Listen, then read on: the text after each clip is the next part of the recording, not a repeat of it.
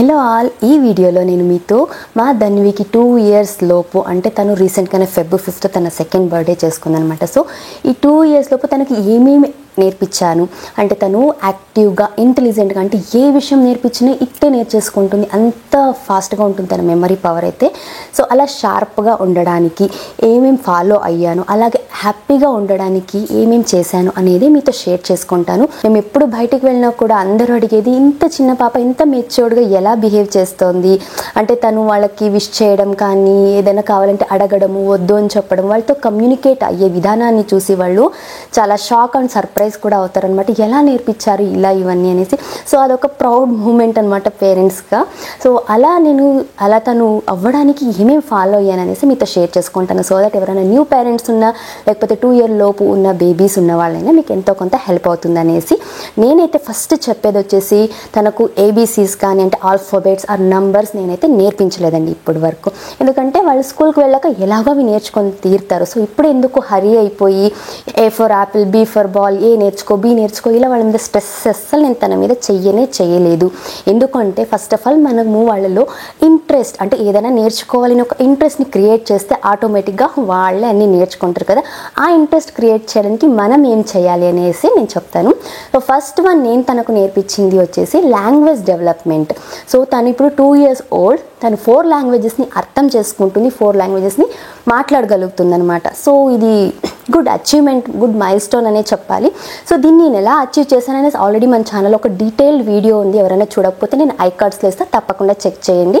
So language development and vocabulary అనేది బేబీస్కి చాలా చాలా ఇంపార్టెంట్. ఇది ఎందుకంటే వాళ్ళు 2 years ఆర్ 3 years లోపలే వాళ్ళ బ్రెయిన్ డెవలప్మెంట్ అనేది మ్యాక్సిమం ఉంటుందన్నమాట. ఆ టైంలోనే మనము వాళ్ళకు ఎంత వీలైతే అంత నేర్పించడానికి ట్రై చేయాలి. నెక్స్ట్ వచ్చేసి సెన్సరీ ఎక్స్ప్లోరేషన్ అనమాట. అంటే వాళ్ళ సెన్సెస్ని యాక్టివ్ చేయడానికి కోసం ఏమేమి చేయొచ్చు, కొన్ని యాక్టివిటీస్ అయితే చేయొచ్చు. Different textures, so sensory play చేయించు అనమాట. డిఫరెంట్ టెక్స్చర్స్ అంటే కొన్ని బీన్స్ కానీ, మన ఇంట్లో ఉన్న చిన్న చిన్న వస్తువులతోనే అండి వాళ్ళకి టెక్స్చర్స్ని ఫీల్ అయ్యేలాగా చేయాలన్నమాట. కొన్ని సౌండ్స్ వినిపించడము, కొన్ని కలర్స్ చూపించడము, అలాగే స్మెల్ చూపించడము. సో దట్ వాళ్ళ సెన్సరీ అండ్ కాగ్నిటివ్ స్కిల్స్ ఎంతగానో డెవలప్ అవుతాయి.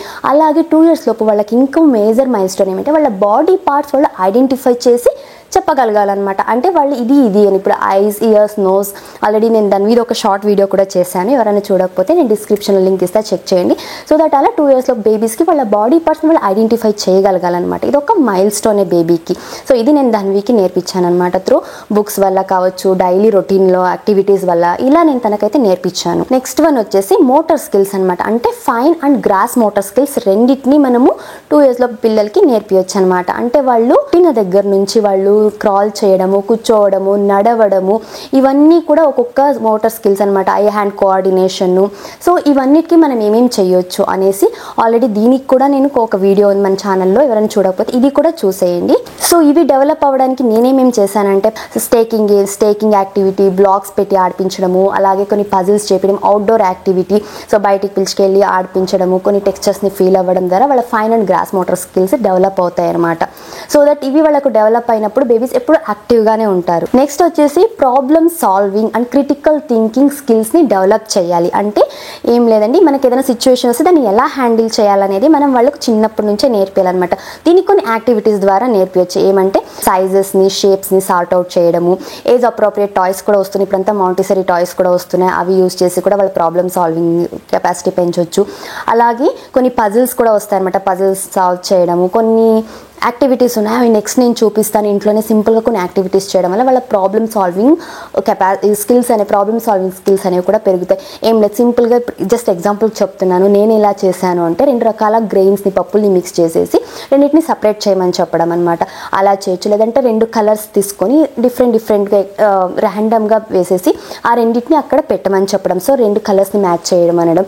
సింపుల్ మనకు సింపుల్ అనిపించచ్చు, బట్ బేబీస్కి అవే ప్రాబ్లమ్ సాల్వింగ్ స్కిల్స్కి డెవలప్ అవుతాయి అనమాట. ఇలాంటి చిన్న యాక్టివిటీస్ చేయడం ద్వారా వాళ్ళకు ఎంతగానో హెల్ప్ఫుల్ అవుతుంది అండ్ వాళ్ళ ఇంట్రెస్ట్ పెరుగుతుంది ఇలాంటి యాక్టివిటీస్ చేయడం ద్వారా. నెక్స్ట్ అండ్ మోస్ట్ ఇంపార్టెంట్ వచ్చేసి సోషల్ స్కిల్ అండి. ఇప్పుడు పిల్లలకి మనము చిన్నప్పటి నుంచి ఇంట్లోనే ఇద్దరమే ఉన్నాము, ఇంట్లోనే చూసుకుంటున్నాం అనుకోండి, వాళ్ళని ఎవరైనా చూసినప్పుడు భయపడతారు, ఫియర్, ఒకలాగా షై అవుతుంటారు. సో అలా కాకూడదు అంటే మనం వీలైనంత వరకు కూడా బయటికి పిలుచుకెళ్తూ ఉండాలి. పిలుచుకెళ్ళినప్పుడు కూడా ఎవరైనా కనిపిస్తే విష్ చేయడం, చెప్పి hi, bye, how are you, ఏదైనా ఇస్తే థ్యాంక్ యూ, వద్దు అంటే నో చెప్పడం, ఇలా బేసిక్ కొన్ని చుట్టుపక్కల ఉండే వాళ్ళతో కావచ్చు, లేదంటే బయటికి వెళ్ళినప్పుడు కావచ్చు, ఇంటరాక్ట్ అవ్వాలన్నమాట. సో దట్ బేబీస్ ఇంటరాక్ట్ అవుతూ ఉండడం వల్ల వాళ్ళకి ఆ ఫియర్ అనేది ఉండదన్నమాట, కాన్ఫిడెంట్గా మాట్లాడగలుగుతారు అండ్ మాట్లాడడానికి ఇష్టపడతారు. సో ఇది ఒక స్పీచ్ డెవలప్మెంట్కి కూడా ఎంతగానో హెల్ప్ అవుతుంది అనమాట. ఇంట్లో జనరల్గా నేను ధన్వితో ఫాలో అయ్యామంటే ప్రిటెండ్ ప్లే చేస్తామన్నమాట. ఇప్పుడు తను ఎలా ప్రో అయిపోయిందంటే నా దగ్గరికి వస్తుంది, అమ్మ నువ్వు ఇప్పుడు అమ్మమ్మ, లేదంటే అమ్మ నువ్వు ఇప్పుడు ఆయా అంటే వాళ్ళ నాన్నమ్మ అంటుంది. వాళ్ళ నాన్నని వచ్చేసి నువ్వు ఇప్పుడు పృథ్వీరాజ్, వాళ్ళ ఫ్రెండ్ ఉన్నారు పక్కన పిల్లలు అలా చెప్తుంది. తాను ఇంకొక ఫ్రెండ్ లాగా. సో అలా ప్రిటెండ్ ప్లే అనమాట. వాళ్ళలాగా తను మిమిక్ చేయడము, వాళ్ళలా ప్రిటెండ్ చేస్తుంది అనమాట ఆడుకోవడానికి. సో ఇలా హాయ్ వచ్చేసి వాళ్ళు ఎలా మాట్లాడతారో తను అలా మాట్లాడడానికి ట్రై చేయడం. సో దీనివల్ల కూడా వాళ్ళు ఎన్నో విషయాలు నేర్చుకుంటారు అండ్ యాక్టివ్గా ఉంటారనమాట. వాళ్ళ బ్రెయిన్ డెవలప్మెంట్ అనేది అంత ఫాస్ట్గా వాళ్ళ బ్రెయిన్ డెవలప్మెంట్ అనేది అంతే స్పీడ్గా ఉంటుందన్నమాట ఇలాంటి కొన్ని యాక్టివిటీస్ చేపించడం ద్వారా. నెక్స్ట్ వచ్చేసి వాళ్ళలో ఉండే క్రియేటివ్ స్కిల్స్ని మనము డెవలప్ చేయాలన్నమాట. ఎలా అంటే బేబీస్కి ఇప్పుడు పెన్ పట్టుకోవడం ఎలాగో మనం ర్యాండమ్గా ఇస్తే ఎలా పట్టుకుంటారు ఇలా. సో మనం పట్టుకోవడం ఎలా అని మనం ఒకసారి చూపించాలి. తర్వాత స్క్రిబ్లింగ్ అనమాట. ఊరికనే అలా డ్రా చేస్తుంటారు. వాళ్ళ క్రేయాన్స్ కానీ పెన్సిల్స్ కానీ ఇస్తే డ్రా చేయడము, కలర్స్తో పెయింటింగ్ చేపించడము. సో దట్ వాళ్ళకు ఉండే క్రియేటివిటీ అనేది డెవలప్ అవుతుందన్నమాట. అండ్ వాళ్ళు చాలా ఇష్టపడతారు అనమాట. ఏదైనా రాయడానికి కావచ్చు, లేకపోతే ఏదైనా చేస్తే అబ్బా నేను సూపర్గా చేస్తున్నాను అనే ఒక ఫీలింగ్, ఒక కాన్ఫిడెన్స్ వాళ్ళలో వస్తుంది. సో దానికి మనం వాళ్ళని వదలాలన్నమాట. ఇల్లంతా గబ్బు చేస్తున్నారు, పెయింట్ వేసేస్తున్నారని ఫీల్ అవ్వకోకుండా ఒక ఏరియా సెటప్ చేసుకొని వాళ్ళకు ఒక పర్టికులర్ టైంలో ఇలాంటి కొన్ని యాక్టివిటీస్ చేస్తుంటే వాళ్ళలో ఒక క్రియేటివిటీ అనేది పెరుగుతుందన్నమాట. సో ధన్విక అలా ఇష్టమైంది ఏమంటే బుక్లో పెన్ తీసుకొని బాగా గీసేస్తూ ఉంటుంది, క్రేయన్స్తో రాస్తూ ఉంటుంది. ఇంకా పెయింట్ వస్తుంది కదా పాంపాన్స్తో అంతా కూడా తను డాట్స్ పెడుతూ ఉంటుంది. సో ఇప్పటికీ తనకి అది ఇష్టం అనమాట. నెక్స్ట్ వచ్చేసి నేచర్ ఎక్స్ప్లోరేషన్ అనమాట. అంటే వాళ్ళకు బయట వాతావరణాన్ని తెలియాలన్నమాట. అంటే చెట్లు, ప్లాంట్స్ కానీ యానిమల్స్ కానీ ఏమేమి ఉన్నాయి దీనికి కూడా వాళ్ళు ఎక్స్పోజర్ అవ్వాలన్నమాట. సో దీనికి ఏం చేయాలి మనం అంటే వీలైనంత వరకు డైలీ కాసేపు అలా బయటికి పిలుచుకెళ్ళాలి.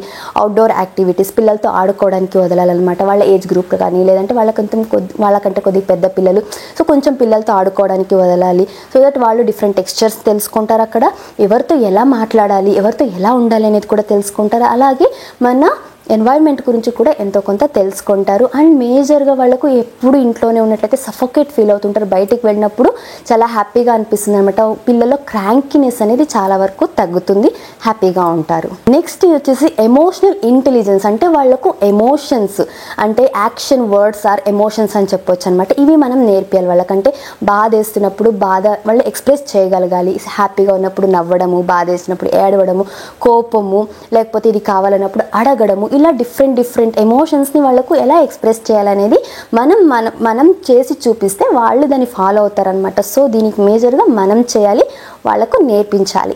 ఇది నేర్పించడం వల్ల వాళ్ళకి ఏం కావాలి అనేది మేజర్గా మనకు తెలుసుకోగలుగుతాం. లేకపోతే ఊరికనే ఏడుస్తూనే ఉంటారనమాట. ఏం కావాలో వాళ్ళకి తెలియదు, ఎక్స్ప్రెస్ ఎలా చేయాలో తెలియక చాలా సఫర్ అవుతూ ఉంటారు. సో ఇది మేజర్ ఇంపార్టెంట్ థింగ్ అండి. మనం పిల్లలకి నేర్పించాల్సింది కొన్ని యాక్షన్ వర్డ్స్ నేర్పించాలి, కొన్ని ఎమోషన్స్ని ఎలా ఎక్స్ప్రెస్ చేయాలనేది కూడా నేర్పించాలి. నెక్స్ట్ వన్ వచ్చేసి వాల్యూస్ అండ్ మోరల్స్. ఇది ఖచ్చితంగా ప్రతి పిల్లలకి నేర్పించాలండి. అంటే ఎవరితో ఎలా మాట్లాడాలి, పెద్దవాళ్ళకు ఎలా రెస్పెక్ట్ ఇవ్వాలి అనేది ఫస్ట్ మనం దాన్ని చేసి చూపించాలన్నమాట. రండి, ఇప్పుడు రా అనడానికి రండి, కూర్చోండి అనడానికి చాలా డిఫరెన్స్ ఉంటుంది. మనము సింగులర్లో మాట్లాడుతున్నాం అనుకోండి, పిల్లలు కూడా దాన్నే ఫాలో అవుతూ ఉంటారు. సో వాళ్ళకి చిన్నప్పటి నుంచి పేరెంట్స్ ఏం మాట్లాడతారో పిల్లలు కూడా అదే గ్రాస్ప్ చేసుకుంటారు. అలాగే వాళ్ళని పేరెంట్స్ని ప్రిటెండ్ చేయడానికే ట్రై చేస్తుంటారు. కాబట్టి మనం వాల్యూస్ అండ్ మారల్స్ నేర్పించాలి అన్నప్పుడు ఫస్ట్ దాన్ని మనం ఫాలో అయ్యి పిల్లలు నేర్పియాలండి. వాళ్ళకు మాటలు రావు అనుకోకుండా చిన్నప్పటి నుంచే దేనికైనా సరే పెద్దవాళ్లకు ఎలా రెస్పెక్ట్ ఇవ్వాలి, వాళ్ళకి ఎలా హెల్ప్ చేయాలి, పెద్దవాళ్ళు ఎవరైనా ఉంటే ఎలా హెల్ప్ చేయాలి, అండ్ వాళ్ళ ఏజ్ గ్రూప్ పిల్లలతో ఎలా వాళ్ళు మాట్లాడాలి, ఇవన్నీ కూడా మనం వాళ్ళకి నేర్పియాలన్నమాట. సో దట్ వాళ్ళకు కూడా ఒక అవేర్నెస్ వస్తుంది, ఎవరితో ఎలా మాట్లాడాలి, ఎలా ఉండాలి, ఒక కాన్ఫిడెన్స్ బిల్డప్ అవుతుంది. నెక్స్ట్ వచ్చేసి కల్చరల్ అవేర్నెస్ అనమాట. ఇది చాలామంది ఇది పెద్దగా పట్టించుకోరు, కాకపోతే ఇది కూడా one of the important thing. ఎందుకంటే ఏ రిలీజియన్ అయినా కావచ్చండి, హిందూ, ముస్లిం, క్రిస్టియన్ ఎవరైనా కానివచ్చు, వాళ్ళకంటూ పర్టికులర్గా కొన్ని ట్రెడిషన్స్ ఉంటాయి, కొన్ని కల్చర్స్ ఉంటాయి కదా, అవి త్రూ బుక్స్ కావచ్చు, కొన్ని యాక్టివిటీస్ కావచ్చు, లేదంటే కొన్ని ఫెస్టివల్స్ వస్తూ ఉంటాయి. సో ఫెస్టివల్ టైంలో వాడిని ఇన్వాల్వ్ చేసుకోవడం ద్వారా కావచ్చు, పిల్లలకి చిన్నప్పటి నుంచే వీటికి తెలుస్తూ పోవడం వల్ల వాళ్ళ వాల్యూస్ తెలుసుకుంటారు. వాళ్ళకి ఏమేమి కల్చర్స్ ఉన్నాయి, మన సాంప్రదాయాలు ఏంటి, సో ఇవన్నీ కూడా తెలుసుకుంటారు. ఈ జనరేషన్లో మేజర్గా మిస్ అవుతుండేది ఇదే అండి, మన కల్చరల్ అవేర్నెస్ లేకపోవడమే. సో అది మనం పిల్లలకి చిన్నప్పటి నుంచే నేర్పిస్తూ ఉండాలి. ఇవన్నీ పిల్లలకి మనము చిన్నప్పటి నుంచి నేర్పిస్తూ పోతే వాళ్ళు ఎంత క్రియేటివిటీ పెరుగుతుందంటే వాళ్ళలో ఇంట్రెస్ట్ పెరుగుతుంది, ఏదైనా నేర్చుకోవడానికి అంతే ఇంట్రెస్ట్ చూపిస్తారు, అలాగే యాక్టివ్గా ఉంటారు. ఇంకొక ఇంపార్టెంట్ థింగ్ అంటే ఇక్కడ స్క్రీన్ టైం అనేది జోలికి పోరనమాట. సో పేరెంట్స్కి బిగ్గెస్ట్ అచీవ్మెంట్ అదే అవుతుంది. అండ్ వాళ్ళని స్కూల్కి పంపించిన తర్వాత ఏ విషయమైనా సరే చాలా త్వరగా నేర్చుకుంటారు. ఎందుకంటే బేబీ యొక్క బ్రెయిన్ అనేది అలా డెవలప్ అవుతుంది, అలా మోల్డ్ అవుతుంది అనమాట. సో ఇవన్నీ మనం పేరెంట్స్గా వాళ్ళకు చేస్తే, మీరు ఏబీసీ ఆల్ఫాబెట్స్ కానీ నంబర్స్ని కానీ మీరు నేర్పించడానికి అండ్ వాళ్ళ దగ్గర హోంవర్క్ రాపియాలి, వాళ్ళు ఇలా చదవాలి అలా చదవాలి, మీరు స్ట్రగుల్ అవ్వాల్సిన అవసరమే లేదు.